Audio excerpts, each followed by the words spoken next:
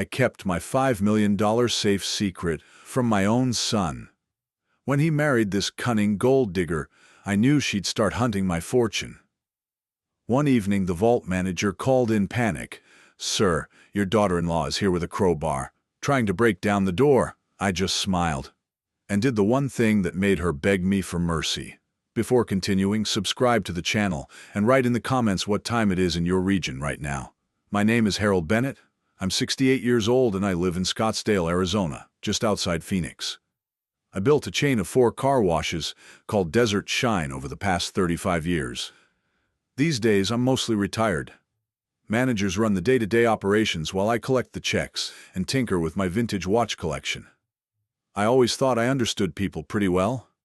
Turns out I was blind to the one person who mattered most. My son Travis was the light of my life. When he was a kid, he'd run out to meet me every time I came home from work, dirt on his knees, grinning like he'd won the lottery just because his old man was back. We'd spend weekends fishing at Saguaro Lake, not saying much, just enjoying each other's company. He grew into a decent man. Kind, maybe too kind. Works as a sales manager at a car dealership downtown. Pulls in about $65,000 a year. Not rich, but honest work. Everything changed 2 years ago when Travis met Monica at a company Christmas party. She was beautiful, I'll give her that. Dark hair, perfect smile, the kind of woman who makes every man in the room stand a little straighter. But when Travis brought her to Sunday dinner for the first time, something felt off. Her smile never quite reached her eyes. She laughed at all the right moments, touched Travis's arm with practiced affection, and complimented my house in a way that felt more like an appraisal than appreciation. "This place must be worth a fortune," she said, running her fingers along the granite countertop. Real estate in Scottsdale is insane right now. I remember thinking, she's calculating. But Travis was smitten, so I kept my mouth shut. That's a mistake I've replayed in my head 1,000 times since. They got married 6 months later. Small ceremony, nothing fancy. Monica wanted to save money for their future, she said. The honeymoon was a weekend in Sedona. Right after they moved into my house. "Just for a few months, Dad," Travis promised. "Until we save enough for a down payment." That was 18 months ago. Monica quit her job within 3 weeks of moving in. Said she was exploring new opportunities. Those opportunities apparently involved sleeping until noon, online shopping, and slowly taking control of my son's life. She convinced Travis to give her access to his bank accounts, for efficiency. She started answering his phone, screening his calls. Old friends stopped coming around. Family dinners became interrogations about my finances. "Harold," she'd say, never Dad, always Harold. "Have you thought about what happens to this house when you're gone? Travis and I should probably be on the deed, for tax purposes." I'd smile and change the subject. But she was persistent. Every week, a new angle, a new suggestion, a new subtle reminder that I was getting older and should plan ahead. The thing about Monica is she's smart. Not educated smart. She dropped out of community college after 1 semester, I later learned, but cunning smart.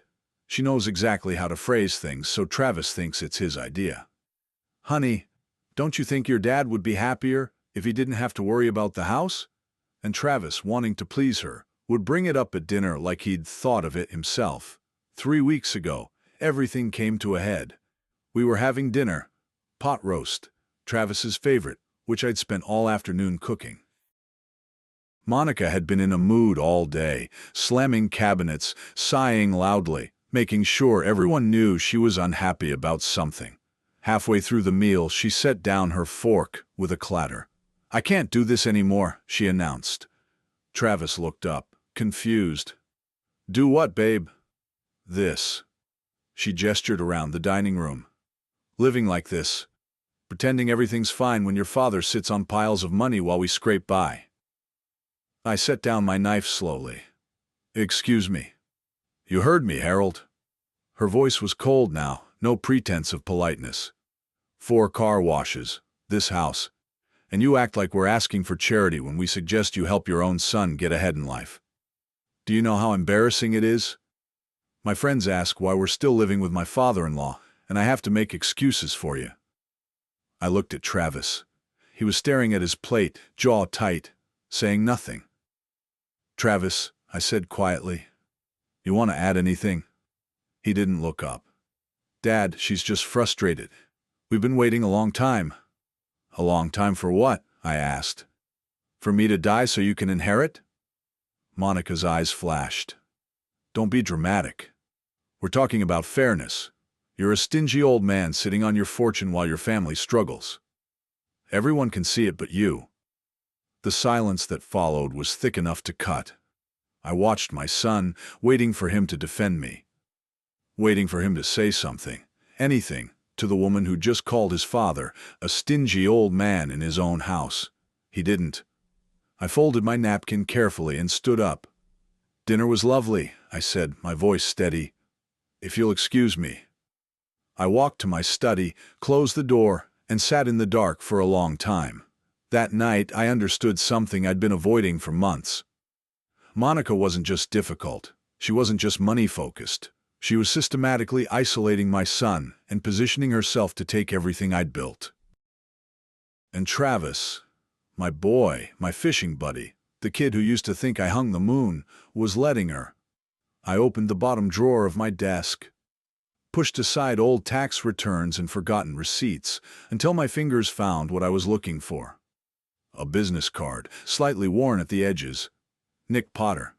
Private investigations. Financial specialists. A friend had given it to me years ago, just in case. I'd laughed at the time. What would I ever need a private investigator for? I wasn't laughing now. I didn't sleep that night. Instead, I sat in my study, turning that business card over in my fingers, thinking about the son I used to know. There was this one summer, Travis must have been about 12, when I taught him to change the oil in my old Chevy pickup. It was 110 degrees outside, typical Arizona scorcher, and we were both drenched in sweat within minutes. He kept dropping the wrench, getting frustrated, wanting to quit. "Dad, this is stupid," he said. "Can't we just pay someone?" I handed him a cold soda from the cooler and sat down next to him on the garage floor. "Sure we can," I told him. "But then you'd miss the satisfaction of doing it yourself. Some things in life, son, you gotta earn." He thought about that for a minute, then picked up the wrench and got back to work. Took him 2 hours, but he finished. The pride on his face when that engine turned over. I'd give anything to see that kid again. Somewhere along the way, I lost him. The next morning, I called Nick Potter. His office was in a strip mall on Thomas Road, wedged between a nail salon and a check-cashing place. Not exactly impressive, but the man himself had sharp eyes and a firm handshake. Former Phoenix PD, 22 years on the force before going private. I told him about Monica, the way she'd appeared in Travis's life out of nowhere. Her obsession with money. The way she talked about my house like she was already counting the profit. "I need to know who she really is," I said. "Where she came from. What she's hiding." Potter nodded slowly, making notes. "Background check, financial history, any criminal record. Standard package runs $3,500. I can have preliminary results in 2 weeks." I wrote the check without hesitation. While Potter dug into Monica's past, I made another appointment, this one with Gloria Martinez, an attorney specializing in trust and estate law. Her office was downtown, 14th floor of a glass tower, with a view of Camelback Mountain. "Mr. Bennett," she said, after I'd explained my situation, "what exactly are you trying to protect?" I hesitated. I hadn't told anyone about my private vault. Not Travis, not my accountant, not even my poker buddies. But if I was going to protect it, I needed help. "I have assets," I said carefully, "that aren't in my regular accounts. Significant assets. And I need to make sure they don't end up in the wrong hands."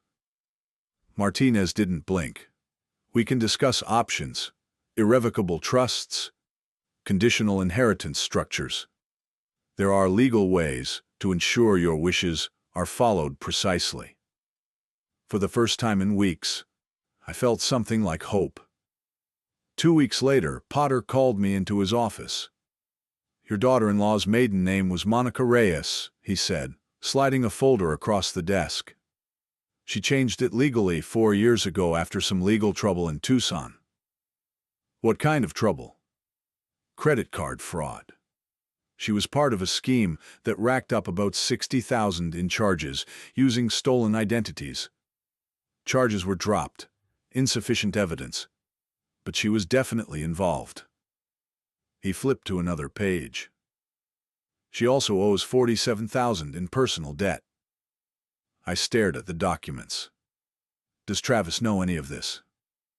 "I doubt it, but there's more." Potter leaned back. "A former coworker said Monica used to brag about finding a meal ticket, said she had a system for targeting men with money. Older guys especially, who might be, and I'm quoting here, easier to manage." "Easier to manage. That's what my son was to her, a mark." I thanked Potter, took the folder, and drove home in silence. Later that evening I went to my study to file Potter's report. That's when I noticed it. The small brass lock on my filing cabinet was scratched. Someone had tried to pick it, and the papers inside had been rearranged.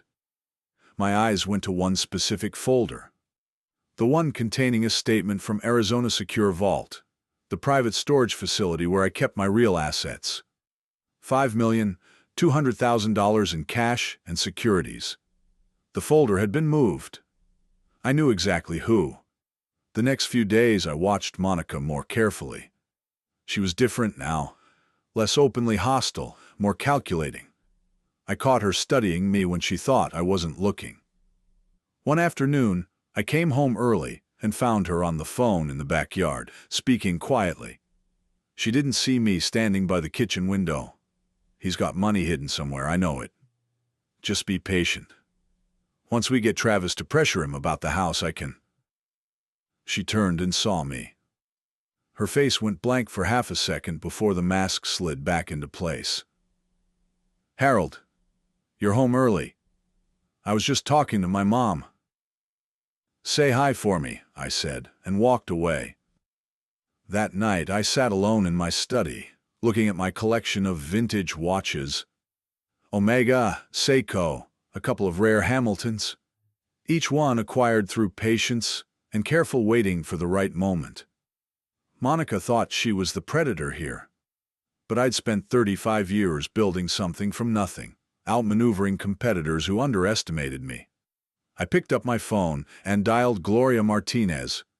"It's Harold Bennett," I said. "I think it's time we had a longer conversation about that trust."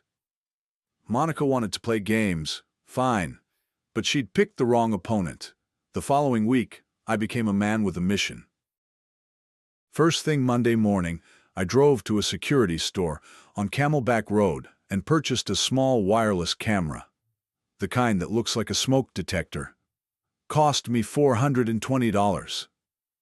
The young salesman tried to upsell me on a whole home system, but I only needed one camera. One room. My study. Installing it took less than an hour.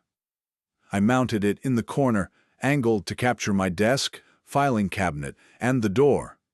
The feed went straight to an app on my phone. Now I could watch my study from anywhere. Then I called Gloria Martinez again. "I need a document," I told her. "Something that looks official. A vault statement maybe, but with a fake account number and a different location within the facility." There was a pause on the line. "Mr. Bennett, may I ask what you're planning?" "Bait," I said. "I'm going fishing." To her credit, Martinez didn't ask more questions. She understood.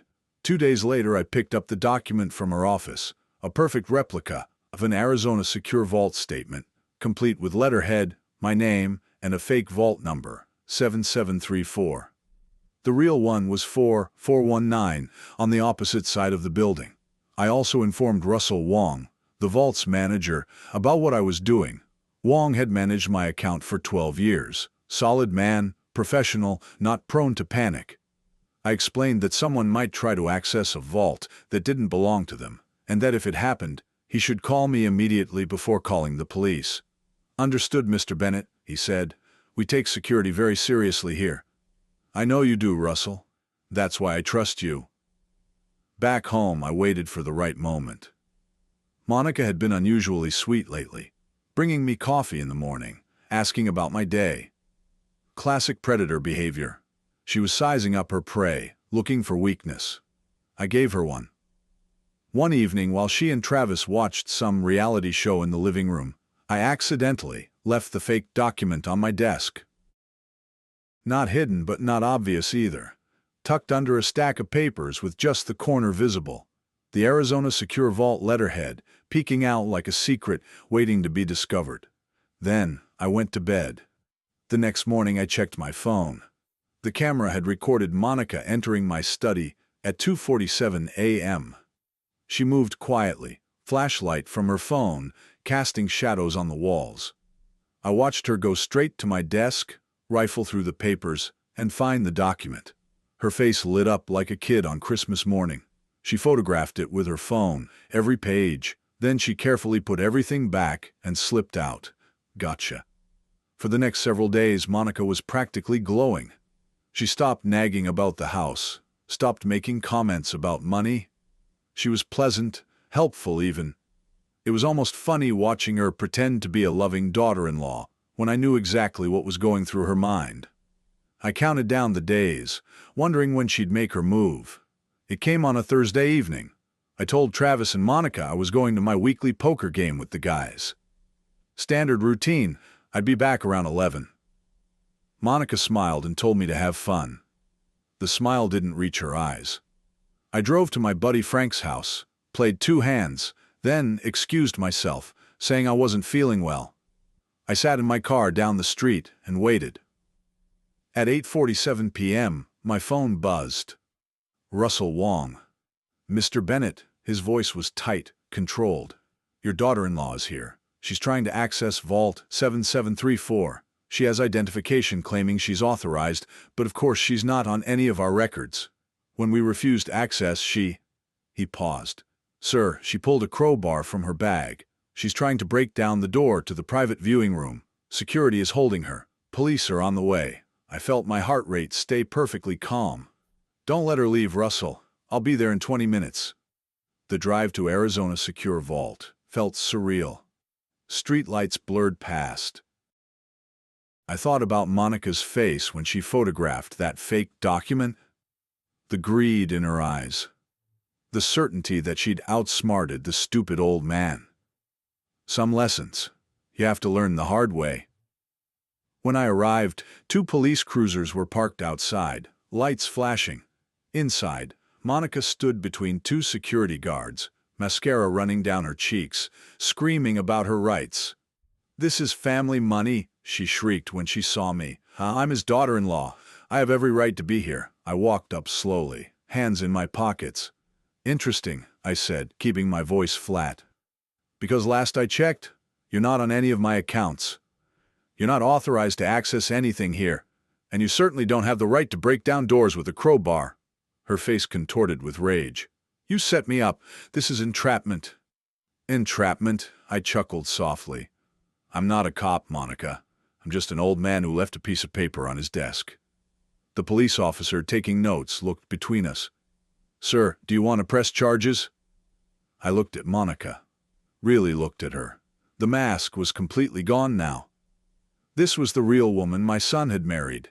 Desperate, greedy, furious. Not yet, I said.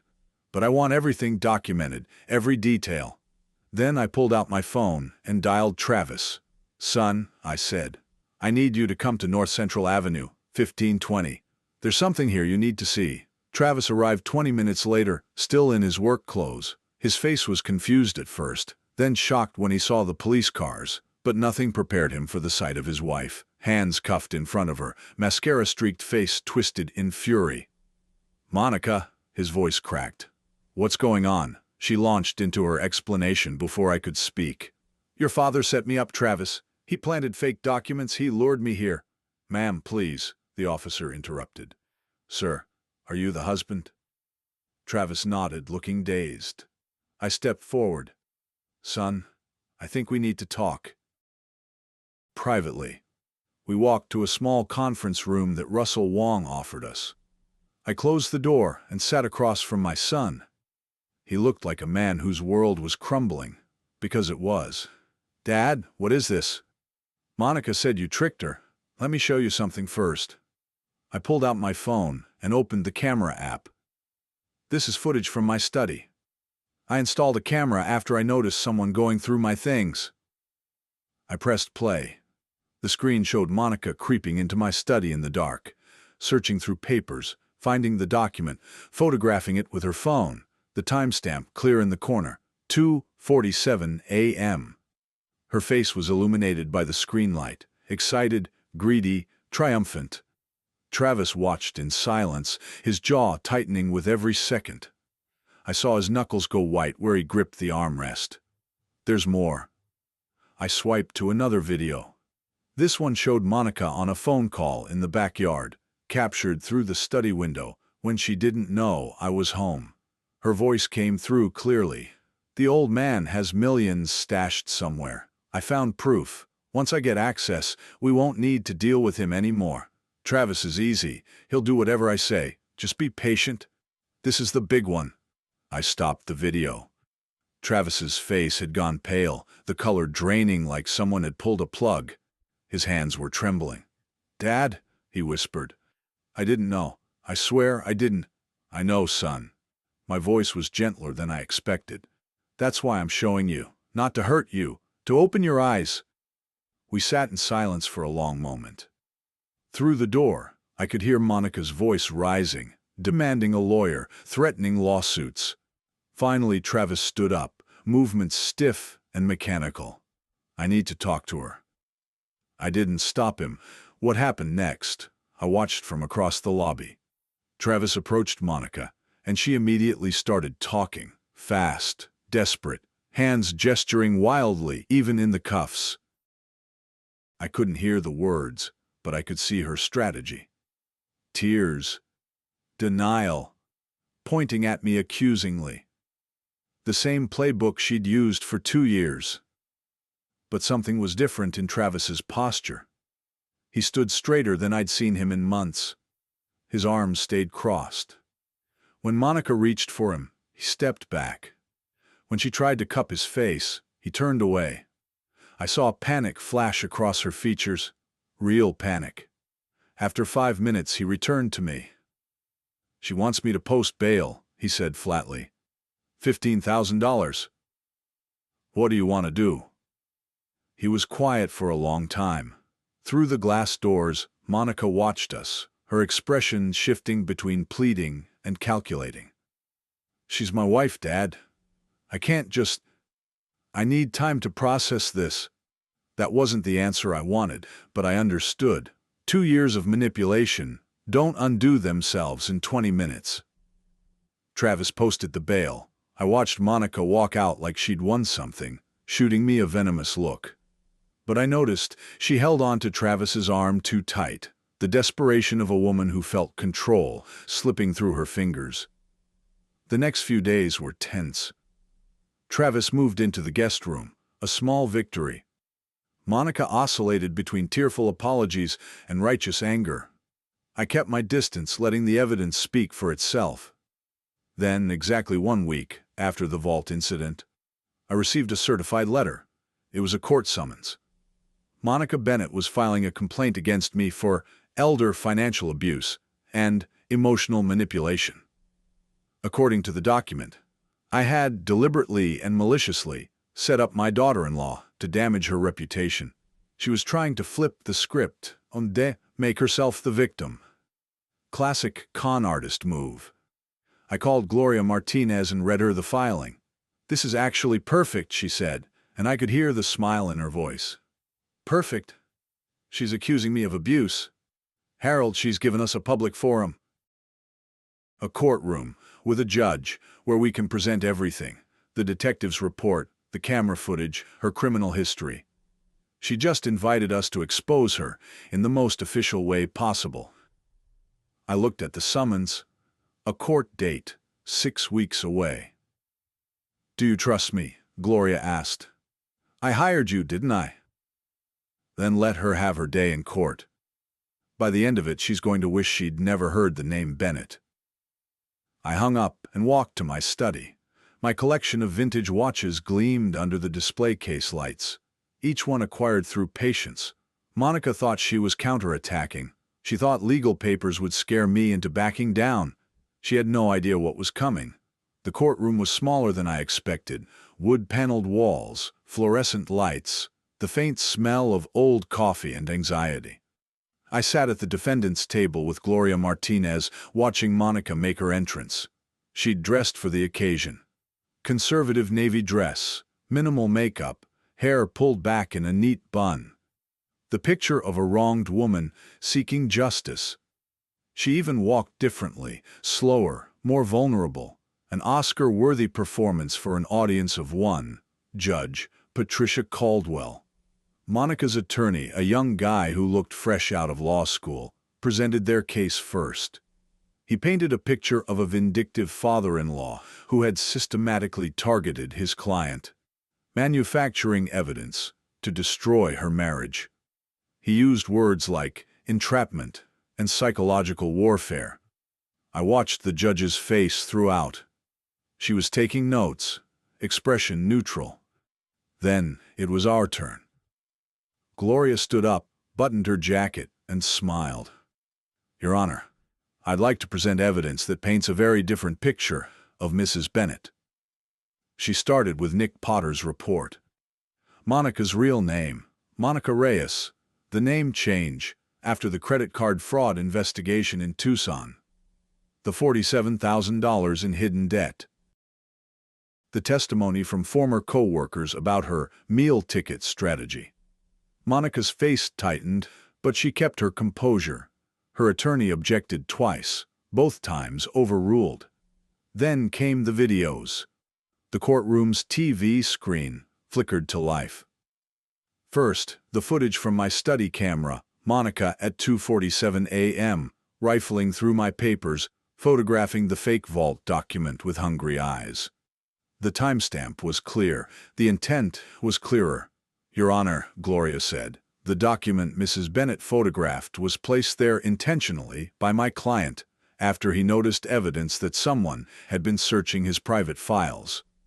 He was protecting his assets from what he suspected was theft, suspicions that proved correct. Next video, Monica in my backyard, phone pressed to her ear. Her voice filled the courtroom. The old man has millions stashed somewhere. Once I get access, we won't need to deal with him anymore. Travis is easy. He'll do whatever I say. I glanced at Travis, sitting in the gallery. His jaw was set, eyes fixed on the screen. Monica didn't look at him. Finally, Gloria played security footage from Arizona Secure Vault. Monica arriving with a crowbar in her bag. Monica arguing with Russell Wong when he refused access. Monica attempting to break down a door while screaming about family money. Judge Caldwell set down her pen. Mrs. Bennett, she said, her voice cold. I've seen enough. Your complaint against Mr. Harold Bennett is dismissed with prejudice. Furthermore, I'm advising you to seek legal counsel regarding potential charges you may face, including attempted burglary and filing a false complaint. Monica went pale, actually pale, not the theatrical kind. The blood drained from her face, and for a moment I thought she might faint. But Your Honor, her attorney started. We're done here, counselor. The judge turned to me. Mr. Bennett, I apologize for the court's time being wasted on this matter. I nodded respectfully, but Gloria wasn't finished. Your Honor, if I may, there's one more matter my client wishes to address, not legally relevant to this case, but important for the record. The judge raised an eyebrow. Proceed. Gloria handed me a document. I stood up slowly, feeling every one of my 68 years, and faced the courtroom. 3 weeks ago, I said, I established an irrevocable trust containing $5,200,000 in assets. The primary beneficiary is the Arizona Veterans Assistance Foundation. I paused, letting that sink in. My son, Travis Bennett, is named as secondary beneficiary, but only under one condition. Monica's attorney leaned forward, sensing something important. Travis will inherit, I continued, only if, at the time of my passing, he is not married to Monica Bennett. The silence that followed was absolute. Then Monica exploded. You can't do that. She was on her feet, face contorted. That's not legal. Travis, are you hearing this? He's cutting you off because of me. Travis stood up slowly. His face was unreadable. Travis, Monica's voice cracked. Say something. Tell them this is wrong. But my son didn't respond to her. He walked to the courtroom door, pushed it open, and stepped into the hallway without a word. Monica ran after him. Through the window, I watched her catch up to him in the parking lot. She grabbed his arm, talking fast, gesturing wildly, the same playbook she'd always used. But this time, Travis pulled his arm free. He got into his car, and when Monica tried to open the passenger door, he locked it. She stood there, alone in the parking lot, as he drove away. I turned to Gloria. How long before she realizes what just happened? Gloria smiled. Give it about 30 seconds. 3 weeks passed. I learned later what happened during that time. Travis had consulted a divorce attorney the day after the hearing. Turned out Monica had signed a prenuptial agreement before their wedding. Her own idea, actually, to show she wasn't after his money. She'd signed it without reading the details, confident it would never matter. It mattered now. Under Arizona law and the terms of that prenup, Monica was entitled to exactly nothing of Travis's assets. No house, no savings, no claim to anything that had been his before or during the marriage. She'd walk away with her personal belongings and her $47,000 debt. She tried to fight it, of course. Hired a new attorney, filed motions, claimed the prenup was signed under duress. But the document was airtight, witnessed by a notary and 2 independent parties. Her own signature, clear as day. The divorce was finalized in record time. I also heard through the grapevine, Phoenix is a big city, but a small town when it comes to gossip, that Monica's employer had discovered her past. The credit card fraud, the name change, the court proceedings. She was let go for unrelated performance reasons. Nobody was fooled. Last I heard, she'd moved back to Tucson to live with her mother. The same small apartment she'd been so desperate to escape when she first set her sights on my son. Some people never learn, they just find new marks. But this story isn't about Monica, not really. It's about the evening Travis showed up at my door, 3 weeks after the divorce was final. He looked different. Older, maybe. Tired. But there was something in his eyes I hadn't seen in years. Clarity. He was carrying a 6-pack of the cheap beer we used to drink when he was younger, before Monica convinced him that domestic beer was embarrassing. "Mind if I come in?" he asked. I stepped aside without a word. We walked through the house to the back patio. The sun was setting over the desert, painting the sky orange and purple. I'd sat on this patio 1,000 times, but it had been years since Travis had joined me. We cracked open 2 beers and sat in silence for a while. The kind of comfortable silence we used to share at Saguaro Lake, fishing rods in hand, no words necessary. Finally, Travis spoke. "I'm sorry, Dad." I took a sip of my beer. "For what?" "For not seeing it. For not believing you. For letting her." He stopped, shook his head. "For letting her talk about you like that. To your face, in your own home." I nodded slowly. "You were in love. Love makes people blind." "That's not an excuse." "No," I agreed. "But it's an explanation." More silence. A coyote howled somewhere in the distance. "I keep thinking about that night," Travis said quietly. "The dinner? When she called you, when she said those things. And I just sat there." His voice cracked. "What kind of son does that?" I set down my beer and turned to face him. The kind who was being manipulated by someone very good at manipulation. The kind who wanted to keep the peace. The kind who's sitting here now, 3 years later, finally seeing clearly. 3 years too late. Better late than never, he laughed bitterly. Is it? I lost 3 years with you, Dad. 3 years I can't get back. I reached into my jacket pocket and pulled out a document. I'd been carrying it for weeks, waiting for this moment. Do you know what this is? Travis took the paper, unfolded it. His eyes scanned the legal language, then widened. This is an amendment to your trust. Read the beneficiary line. His hands were shaking now. Travis Harold Bennett, primary beneficiary. He looked up at me, eyes wet. Dad, you don't have to. I know I don't have to, I said. I want to. The condition about Monica was never really about punishing you, son. It was about making sure you saw the truth. Now that you have... I shrugged. You're my boy. You always were. Travis set down the document and did something he hadn't done since he was 12 years old. He hugged me, not a quick, masculine pat on the back. A real hug, the kind where you hold on because you're afraid to let go. I felt his shoulders shake, and I held him tighter. I love you, Dad, he whispered. I love you too, son. We stayed like that for a long time, the Arizona sunset fading to purple, then to dark. Later that night, after Travis had gone home, to his own apartment now, a fresh start, I sat alone in my study. The house was quiet, peaceful. For the first time in years, it felt like home again. I walked to my watch collection, displayed in its glass case. 12 vintage timepieces, each one a small treasure. But there was one I reached for now. My 1967 Omega Seamaster, the oldest piece in my collection. I turned it over in my hands, feeling the weight of it, the smoothness of the steel. On the back, an engraving I'd had done years ago, before Travis was even born. Time reveals all truth.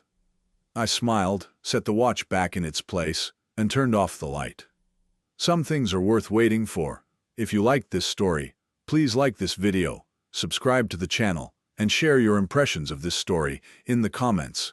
To listen to the next story, click on the box on the left. Thank you for watching.